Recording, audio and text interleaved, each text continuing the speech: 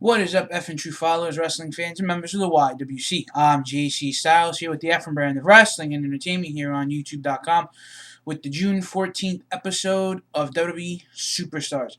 Superstars was pretty good today, I have to admit.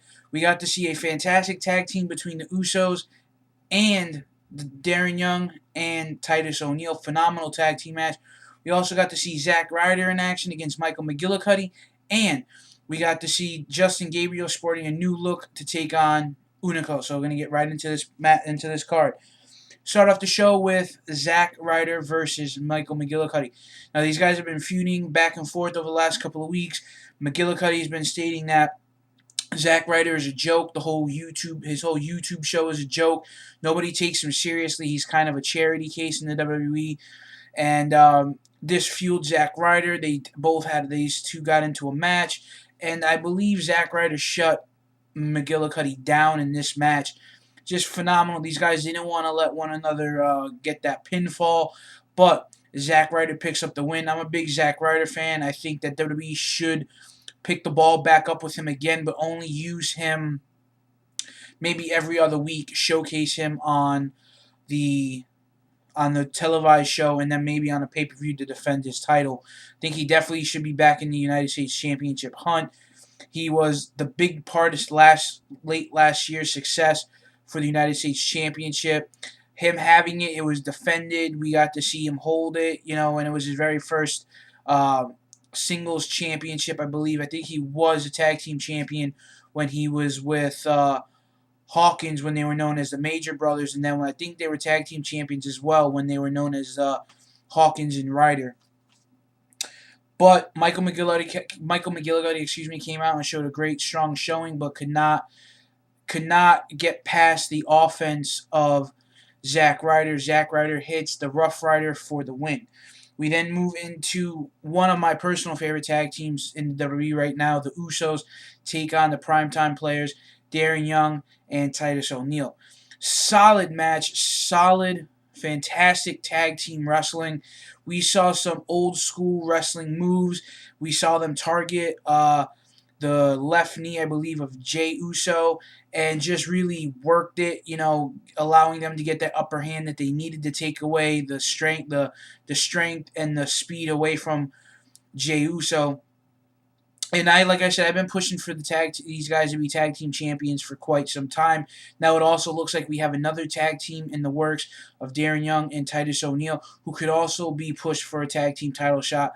I think that at the upcoming pay-per-view, if they're going to have the tag team championships booked on the card, they should allow Kofi Kingston and R-Truth to defend the WWE Tag Team Championships against the Primetime Players, Darren Young and Titus O'Neil, and the Usos, because that match would be fantastic. Have it a triple threat style match, 3 in the ring at the same time, and then the three other men on the outside of the ring waiting for the tag in.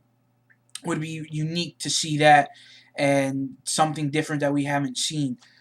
But we see Darren Young and Titus O'Neil pick up the win in this fantastic tag team match. We then move on to the South African sensation Justin Gabriel sporting a new hairdo. Well, not a new hairdo. It's just a little bit longer. He let it grow out. And just really, this match against Unico was just really great. I mean, both of these stars are still up and coming. They're still getting into the gist of things. Justin Gabriel should be a mid-card champion. This is kind of the reason why I think that they should bring back a light heavyweight division or a cruiserweight division. Because you got guys like Unico, the Usos. You have guys like Justin Gabriel, Unico, Sin Cara.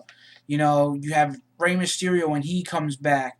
You got so many high flyers in the WWE, whether it's on WWE Friday Night SmackDown, WWE Raw, or even on NXT or Superstars, or even down in FCW, that you could bring up and intertwine into the main roster for a cruiserweight division. Just solid wrestling in this match, I have to say.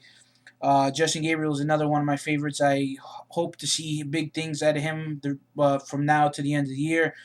Unico as well. I wasn't really big on Unico late last year after they had the whole beef between him and Sin Cara when he came out as Sin Cara Black, and then he transformed into the Unico character not shortly after that.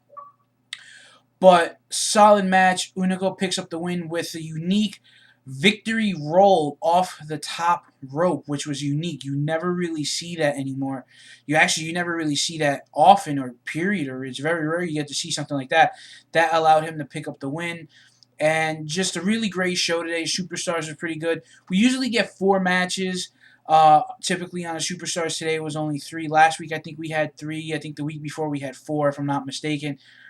So it was just a really good overall Superstars. I probably have to say 5 stars to these guys on Superstars. They definitely gave it their all.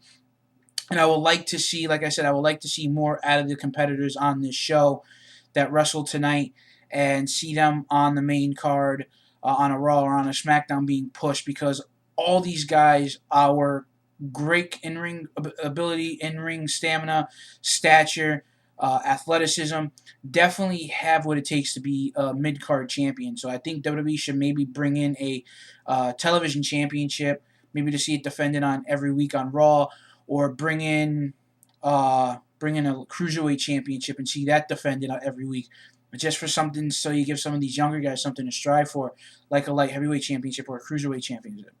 So guys, thanks for watching. Please check out the effing brand at FightNationWrestling.com. Also follow us on Twitter at FNTrueWrestling, at JCXStyles, and at BrianCrazy2001. Guys, thanks for watching. Have a great night. We'll see you back later on tonight with TNA Impact.